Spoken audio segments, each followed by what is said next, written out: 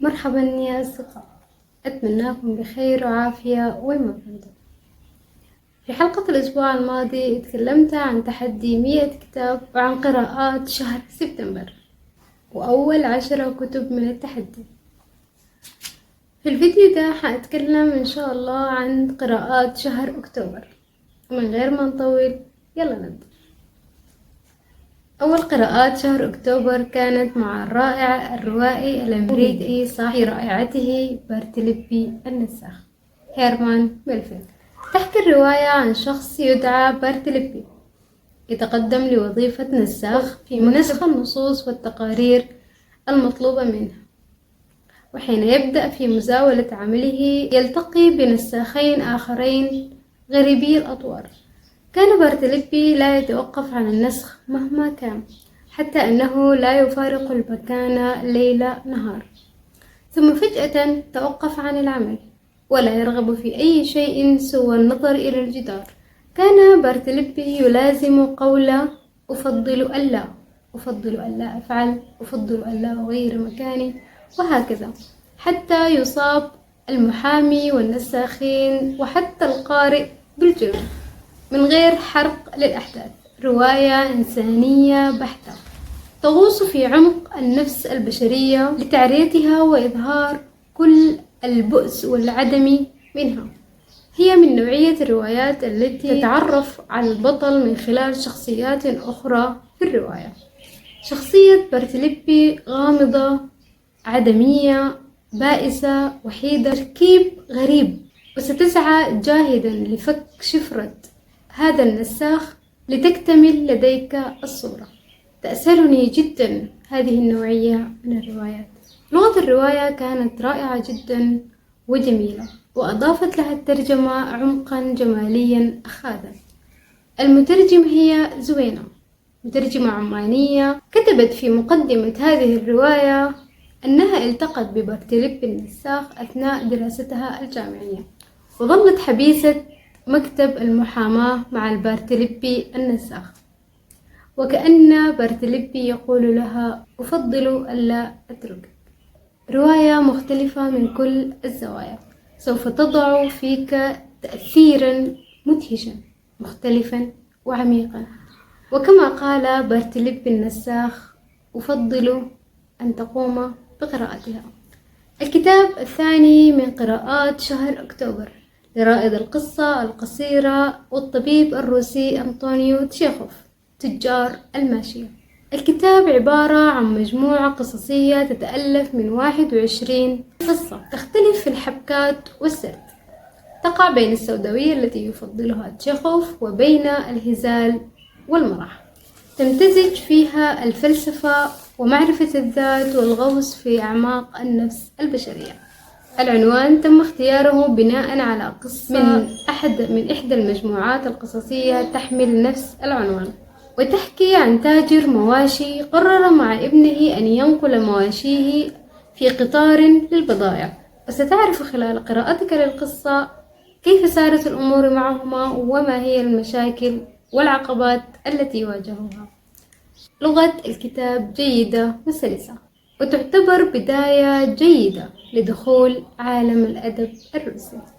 الكتاب الثالث هاتف من الأندلس للأديب والشاعر المصري علي الجاري.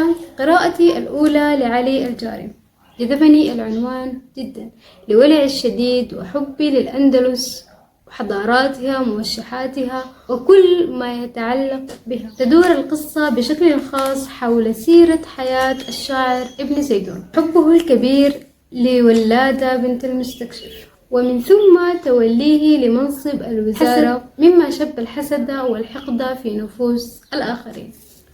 وتحكي بشكل عام أحوال الأندلس والممالك الإسلامية فيها وحضاراتها. تصور الرواية جمال البيوت والشوارع حواري ومظاهر الحضارة العريقة فيها. أسلوب الجارم كان أدبي بديع، لغة فخمة وفصيحة، وسرد شيق وسلس. استمتعت جدا وأنا أجوب شوارع الأندلس برفقة ولادة بنت المستكشف وابن زيدون ونونيته الشهيرة التي أهداها لولادة ليستدر عطفها. هذا الكتاب من أجمل الكتب التي قرأتها، والتي تحفر عميقا في دهاليز الذاكرة. الكتاب الرابع هو الفأر في المتاهة للكاتب أحمد الحضري. أحمد الحضري هو كاتب وشاعر مصري يتميز كتاباته الشعرية والنثرية بطابع فلسفي ونفسي فريد. في أقل من 140 صفحة بياخدنا الكاتب في رحلة سريعة وخفيفة بين 4 فصول يتحدث فيها الكاتب عن بعض القضايا الثقافية في الوطن العربي وعن بعض الكتب القديمة التي قرأها، ثم ينتقل إلى التحدث عن عصر الإنترنت وتأثيره. يتكلم الكتاب عموما عن الكتابة والعالم وما بينهما، الإنسان الذي يفكر ويتفكر ويحتار كفأر في المتاهة، ومن هنا جاء عنوان الكتاب. الكتاب سلس وخفيف مليء بالمعلومات الثرية التي تدل على ثقافة الكاتب ومدى اطلاعه. الكتاب الخامس هو رسائل السجن أو رسائل من السجن للكاتب والفيلسوف والمناضل الماركسي أنطونيو. في 8 نوفمبر عام 1924 أودع أنطونيو السجن بناء على أمر من موسوليني، وأمضى في السجن 10 سنوات الأخيرة من حياته. وخلال هذه الفترة كان يكتب بين الحين والأخرى رسائل إلى زوجته وأمه وأصدقائه وبعض الأقارب. جمعت الرسائل أخته بعد وفاته ونشرتها في كتاب اسمته رسائل السجن أو رسائل من السجن. في الرسائل كان يحكي أنطونيو لأمه ويطمئن قلبها أنه بصحة جيدة ويتلقى معاملة جيدة، حتى أنه كتب في إحدى رسائله أنه يملك مرآة في غرفته ومحضرة طعام وقهوة، وهذا كله لم يحدث بالطبع، ولكنها رأفة بقلب أمه. أما في الحقيقة فقد كان يتلقى أنطونيو الكثير من التعذيب والقسوة، حتى أنه لا ينام ساعة أو ساعتين في 24 ساعة. الرسائل مكتوبة بتراجيديا جلية وواضحة في كتاباته، حتى أن فكره الثوري أيضا واضح. هناك الكثير من الكتاب الذين تأثروا بفكرة الفيلسوف أنطونيو مثل إدوارد سعيد، ميشيل فوكو، ونعوم تشومسكي وغيرهم. الكتاب السادس 27 خرافة شعبية عن القراءة، تأليف ساجد العبدلي وعبد المجيد حسين.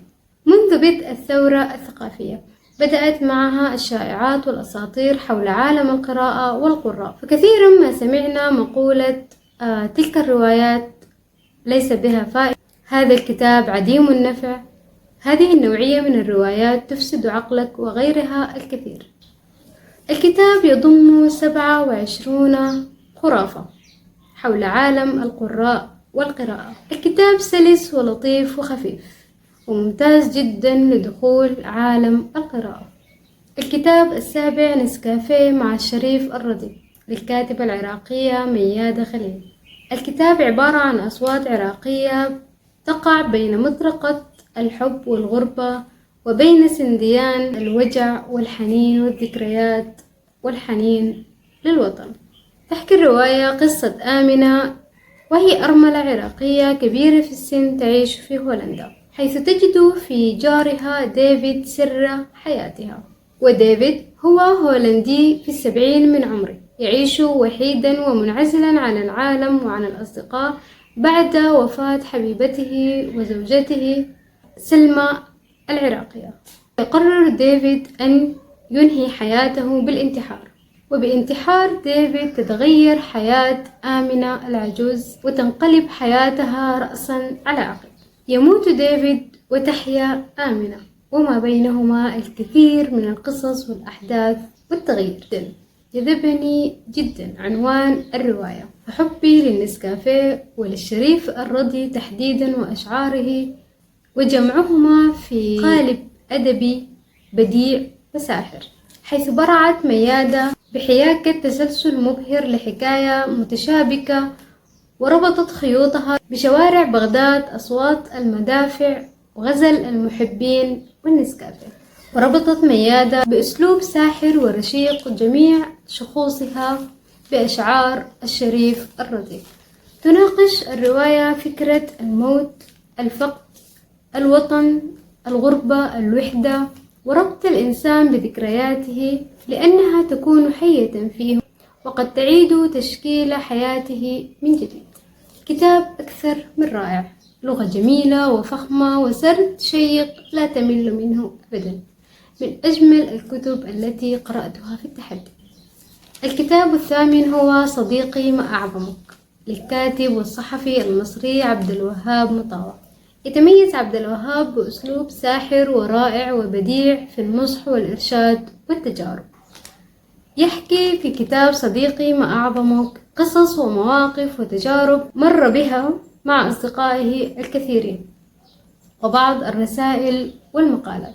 كتاب رائع جدا، سلس وخفيف، من نوعية الكتب التي تعود إليها مرارا وتكرارا وتنفع أيضا بين الكتب الدسمة. قرأت قبلا لعبد الوهاب كتاب صديقي لا تأكل نفسك، جذبني جدا عنوان الكتاب، ثم أسرني جدا أسلوب الكاتب الرقيق وإنتاجه الزاخر ونظرته الجميلة للأشياء، لأن كتاباته تعاش لا تقرأ.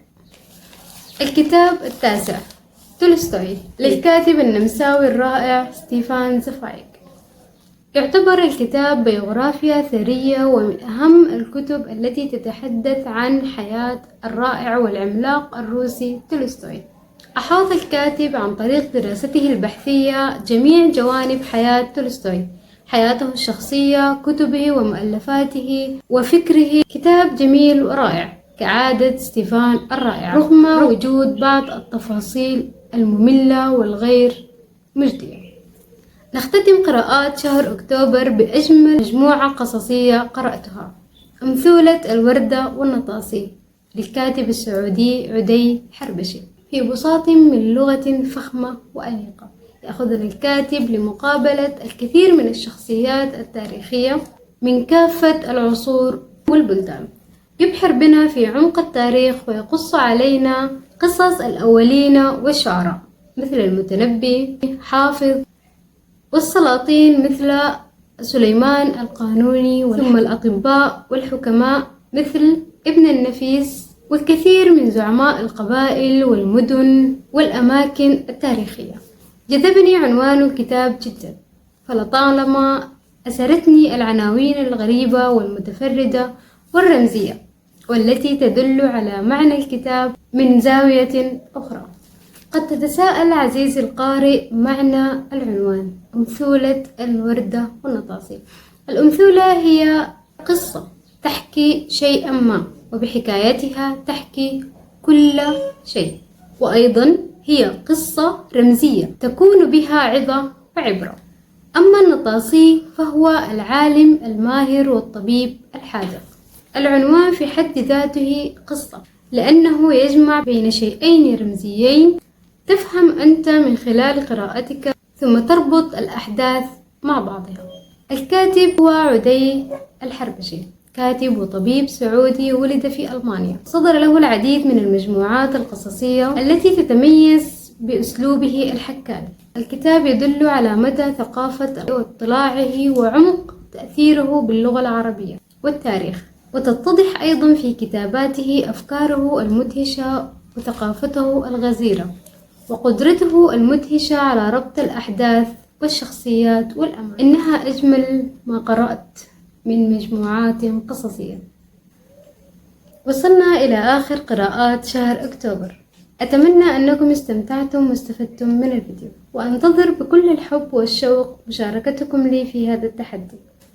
وفي الختام، في كل كتاب عالم كامل، وإلى أن نلتقي في عالم جديد، كونوا بخير وفي أمان الله.